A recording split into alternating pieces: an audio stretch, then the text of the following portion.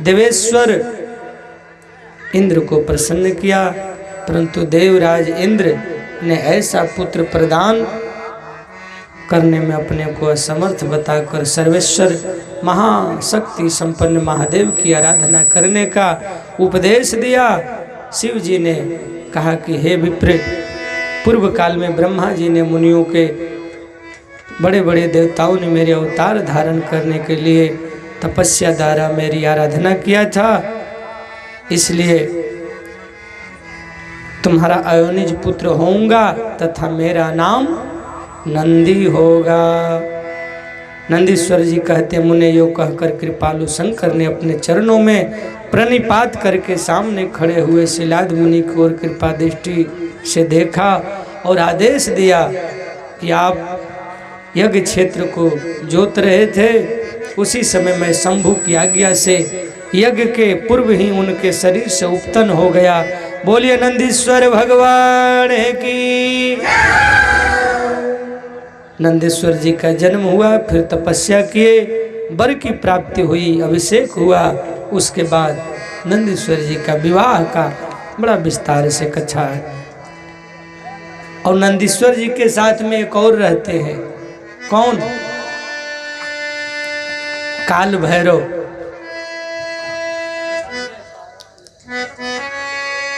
काल भैरव का रूप आप लोग देखे हैं ना, हर गांव घर में रहते हैं भैरव बाबा लोग।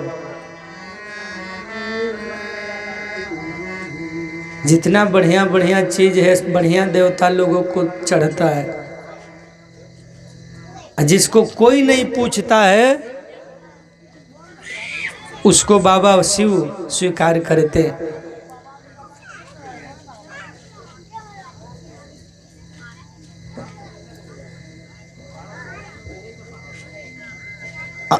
कनेर का फूल,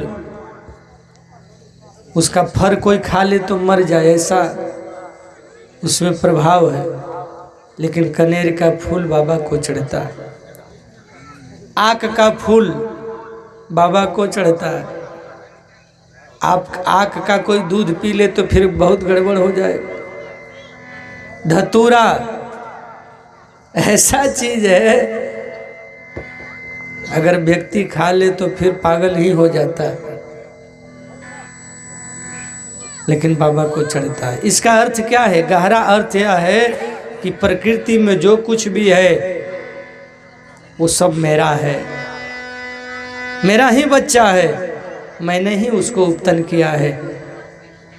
उसको नकारो नहीं, गुण दोष से संसार बना है, उस गुण दोष को स्वीकार करो और स्वीकार कर करके जीवन में उनको भी सम्मान दो।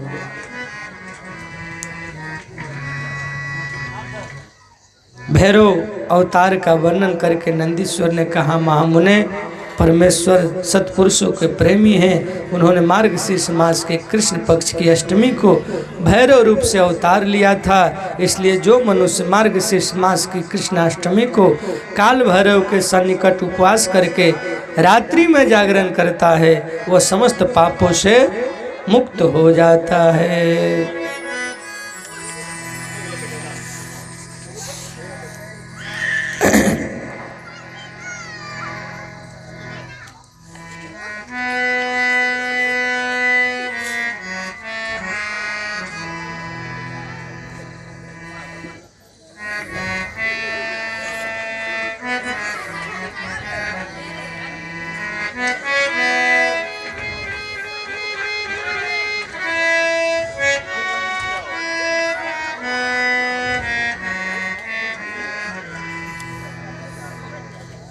थोड़ा थोड़ा मान लो आप लोग आगे बढ़ के बैठे। हाँ, थोड़ा थोड़ा आगे बढ़ जाए आप सब। बीच में जगह खाली है, इसलिए थोड़ा आगे बढ़ के बैठे।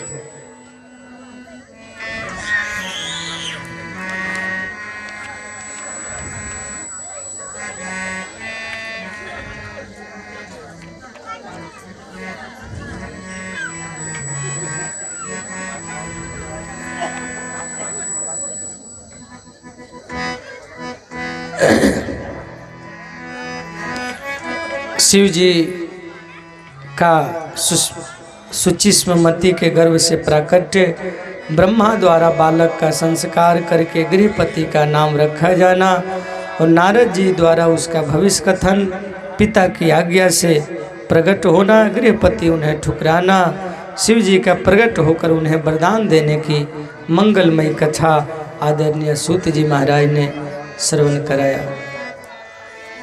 एक जगह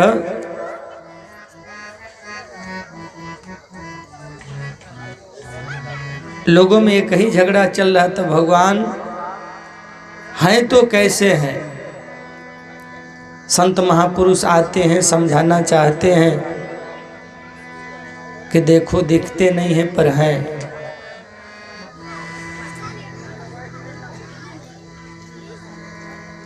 एक गांव था अंधों का गांव, पूरा गांव अंधों का। महावत एक हाथी लेके आया, हाथी के गला में घंटी बजा था, टन टन घंटी बजा। जितने गांव वाले अंधे से सब दौड़े हाथी देखने। अब घंटी का आवाज सुन के हाथी देखने तो पहुंच गए, लेकिन आंख तो है नहीं कि देख पाए कि हाथी क्या है, हाथी का आकार कैसा होता है। तो सबने कैसे देखा? छू छू करके।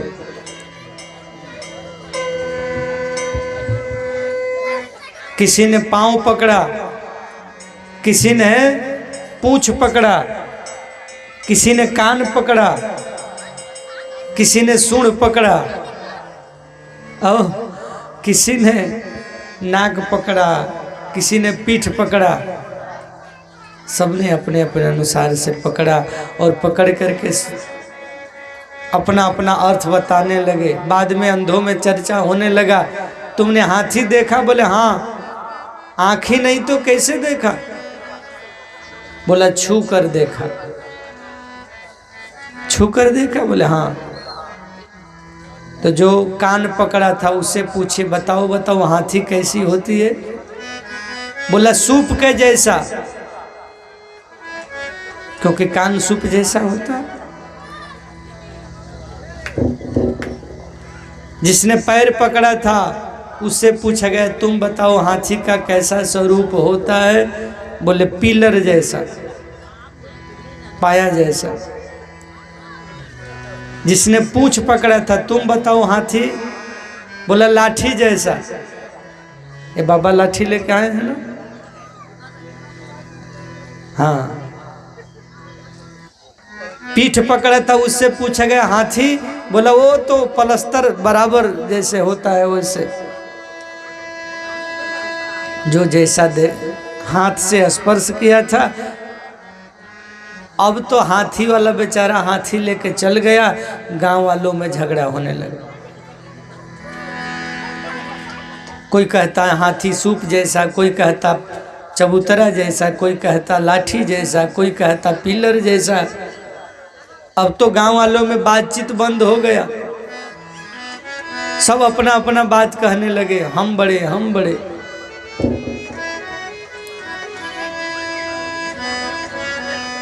अब तो बोली चाली 3 दिन तक बंद हो गया, समाधान ही नहीं चल रहा था। अपना अपना बात सब कह रहे थे। लेकिन 3 दिन बाद फिर क्या हुआ? उधर से फिर हाथी आ गई, फिर घंटी बजा।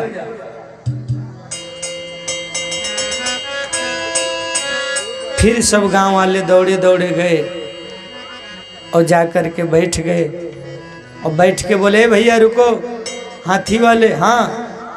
अरे हम लोगों में झगड़ा हो गया, हाथी को लेके बताओ तो हाथी कैसी होती है? बोले अच्छा हम बताएं, आप लोगों को कैसा महसूस हो रहा है? तो जो पीठ पकड़ा था वो कहता है चबूतरा जैसा। बोले हाँ वैसा ही है। जो पैर पकड़ा था पिलर जैसा। बोले हाँ वैसा ही है। जो कान पकड़ा था सूप जैसा। हाथी वाला बोला हाँ हाँ सूप जैसा ही है। गांव वालों ने बोला मतलब जो जैसा बता रहे कह रहे हो हाँ वैसा ही, क्या 10-20 हाथी लिए हो क्या? बोले नहीं नहीं, हाथी तो एक ही है। लेकिन आप लोग को कैसे बताए कि हाथी कैसा स्वरूप होता है, क्योंकि आंख नहीं है। अब अंधे को कैसे दिखाए कि हाथी का स्वरूप और चेहरा क्या है, क्योंकि सब अंधों का गांव है। तो जो जितना स्पर्श किया, हाथ से छुआ है, वहां तक कहता हाथी ऐसा है, ऐसा है, ऐसा है। आंख हो जाए तो दिख जाए कि हाथी कैसा है। मतलब बस परमात्मा ही वैसा ही है, न यहाँ तक है न वहाँ तक है। नजर जिसकी जहाँ तक है वो वहाँ तक है, वो वहाँ तक है। बस विश्वास हो जाए कि प्रभु हमारे हैं, मैं उनका हूँ। इतना भी कहना चालू कर दीजिए कि हम भगवान के हैं, बाद में भगवान कहेंगे वो मेरा है। लेकिन इतना भी कहने में बड़ा ऊर्जा लगता है, बहुत मेहनत है। यहाँ तो हम लोग कहने में लगते हैं, नहीं हमारा बेटा, हमारा बेटी, हमारा पोता, हमारा पोती, हमारा पत्नी, हमारा रिश्तेदार। कभी भगवान को भी रिश्तेदार बना के देखा है? भगवान तो कहते हैं कि अरे कुछ तो रिश्ता कर लो, बेटा बनाओगे, बेटी बनाओगे, जो बनाओगे रिश्ता तो जोड़ो। द्रौपदी ने भैया बनाया, और आपको याद है ना, एक अंगुली कब कट गया था, थोड़ा सा। अपनी महंगी साड़ी का ध्यान नहीं रखी द्रौपदी, तुरंत फाड़ करके कन्हैया का अंगुली को बांध दिया। कन्हैया ने कहा इतना महंगा साड़ी? द्रौपदी जी ने कहा धागे ओ अभागे, जो बढ़े नहीं आगे, भाग तीनही के जागे, जो अंगुली पर लागे हैं। लेकिन एक धागा का भैया बड़ा कीमत है। कन्हैया ने कहा बहना, समय आएगा तो एक धागा का मैं कई कई हजार साड़ी बना के लौटा दूंगा। और वही समय आया जब 10,000 हाथियों का बल लेकर के दुशासन भिड़ गया। रजस्वला स्त्री के सील भंग करने के लिए, कपड़ा उतारने के लिए, अपने जंघा पर बैठाने के लिए, दोनों हाथ द्रौपदी ने छोड़ दिया साड़ी और ऊपर करके, हे द्वारिकानाथ अब तो जीवन हारे, अब तो बचाओ बोली।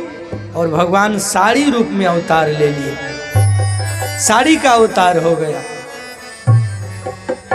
और इतना साड़ी कि 10,000 हाथी का बल घट गया, लेकिन 10 गज साड़ी कभी नहीं घटा। 10,000 हाथियों का बल घट गया, पर 10 गज भी साड़ी नहीं घटा। साड़ी बीच नारी है कि नारी बीच साड़ी है, साड़ी ही की नारी है कि नारी ही की साड़ी है। क्यों? विश्वास के बल पर। बेटा बना लो, भाई बना लो, अरे दुश्मन ही बना लो। हिरण्यकशिपु की कल कथा सुने ना, दुश्मन बनाया पर भगवान ने उद्धार किया।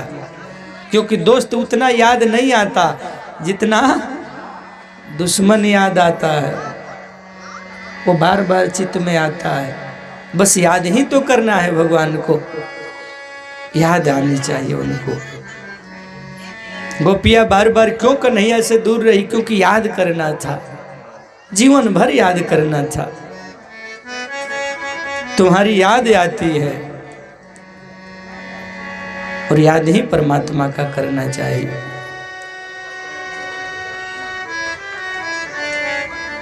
और हमारी महिला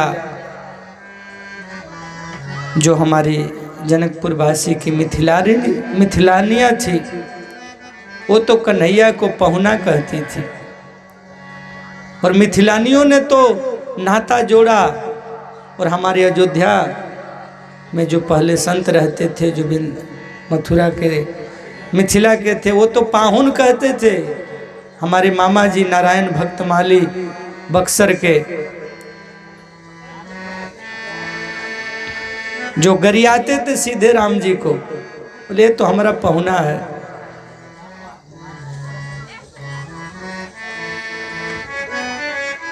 ऐसा गरियाते थे कि पूछो मत, क्योंकि नाता जोड़े थे भगवान से।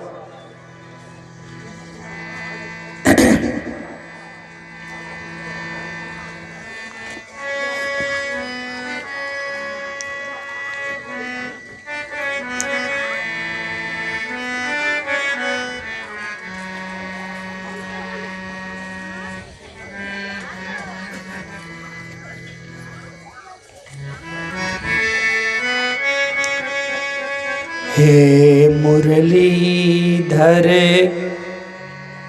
छलिया मोहन